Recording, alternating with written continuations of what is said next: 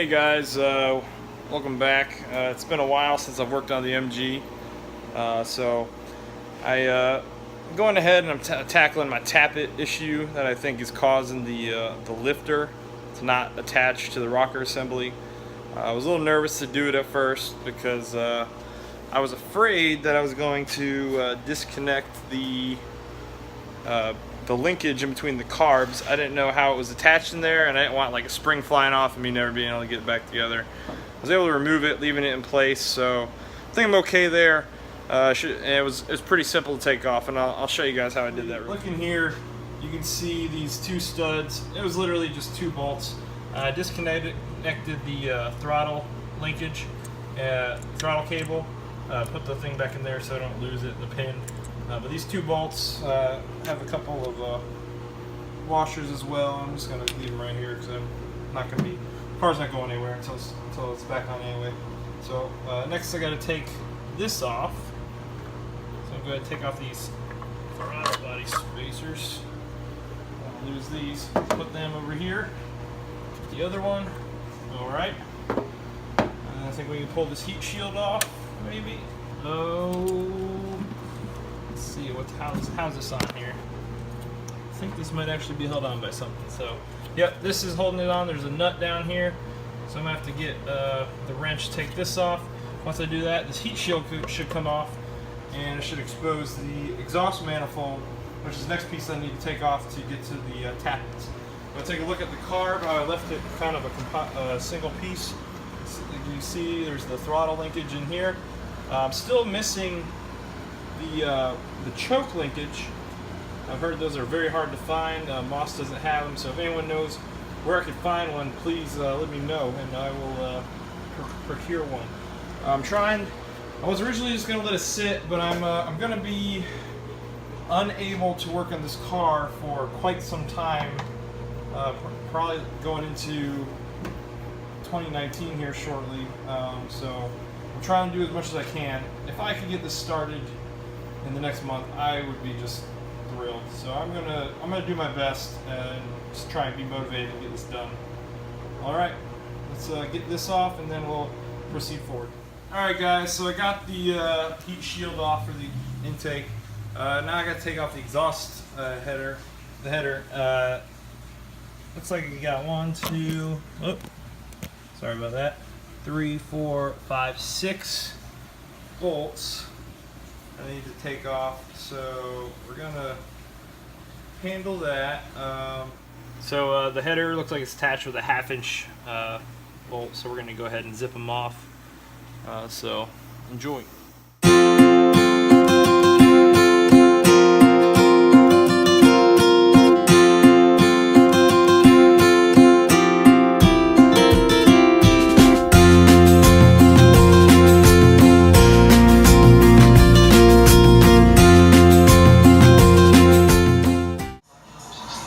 Guys, so we took off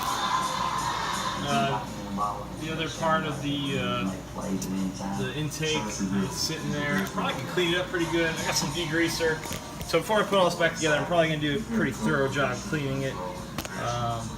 This has got a brand new gasket on. I'm going to take off the header in order to inspect the gasket, or inspect the tappets, which are right here. It's literally the one I need.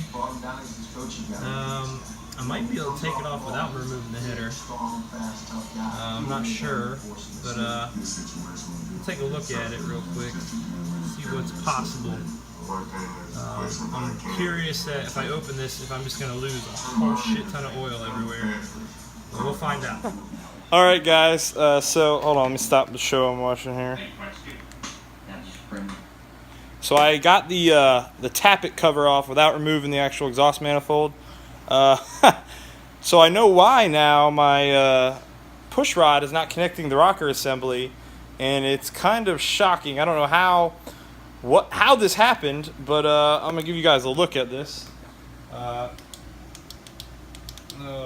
jeez. If you look down in here, that would be the tappet, and I don't know why the tappet is not in the tappet hole. So my cam is probably perfectly fine. There's a little gunk in here, so I'm going to try and wipe that out carefully, not damage anything. But other than that, that is my tappet, and it should be in that hole. And I think once I put that in, I should be able to start this thing up when I put it back together. I'm pretty excited now. I'm thinking I don't have a damaged cam, but we'll take a look. All right. So my next step is going to be to take off the valve cover and remove the rocker assembly, so I can lift that push rod. I'm actually probably going to put the old one back in because I know there's nothing wrong with it. Lift that push rod and put the tappet in where it's supposed to be. I don't know how it popped out with a push rod in there. I think the guy who, the previous owner, had a guy working on it, and the guy just left it in there without actually putting it on. So that's pretty interesting. That's a pretty big mistake. I don't know how that happens, but well, I figured it out, so I'm happy about that. Hopefully I haven't damaged, when I was rotating the motor, I'm really hoping I didn't damage the cam lobe all that badly, or at all.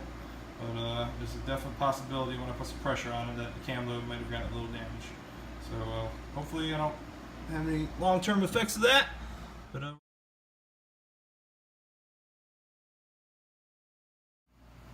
alright guys, so now what we're going to do is we're going to lift the rocker assembly.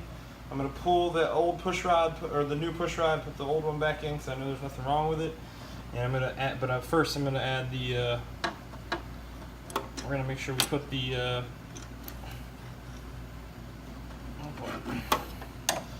make sure we put the tappet in where it's supposed to go.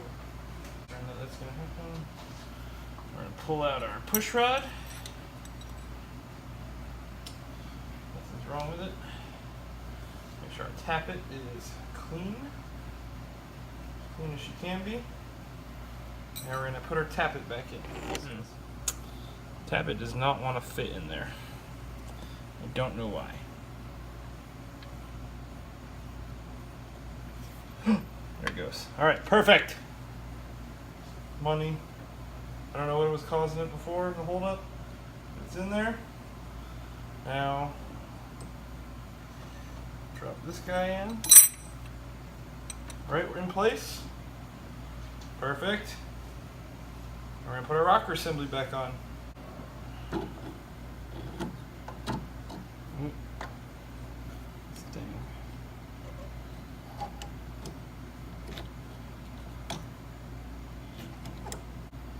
There we go. Now we're all good. Everything's semi-lined up. And we just have to, oh, look at that. All right, so I definitely need to back this guy off. And I'm going to have to do a very extensive engine adjustment. So I'm gonna have to wait. That episode's gonna have to wait for my brother to show up here. So I'm definitely gonna need some help with that. Where they're supposed to go. Charlie, where you at? My faithful shop dog is in here with me somewhere, hanging out. Alright, you guys are going to watch this and fast forward because I don't want to waste your time.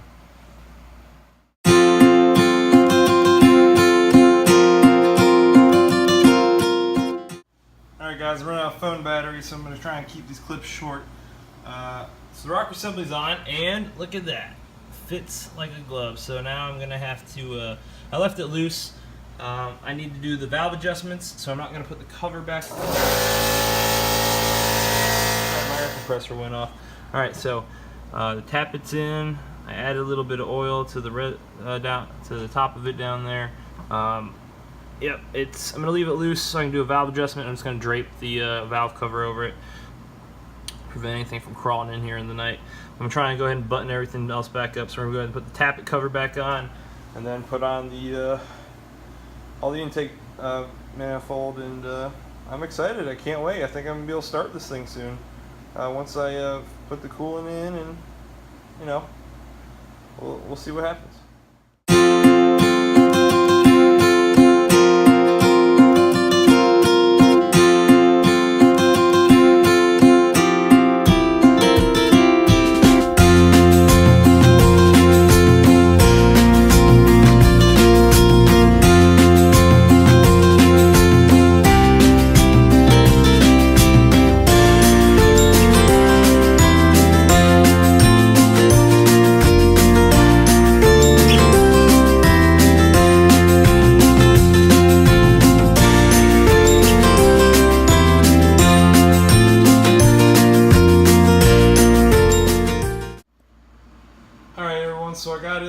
engine all buttoned up the way it was. Put the carbs back on.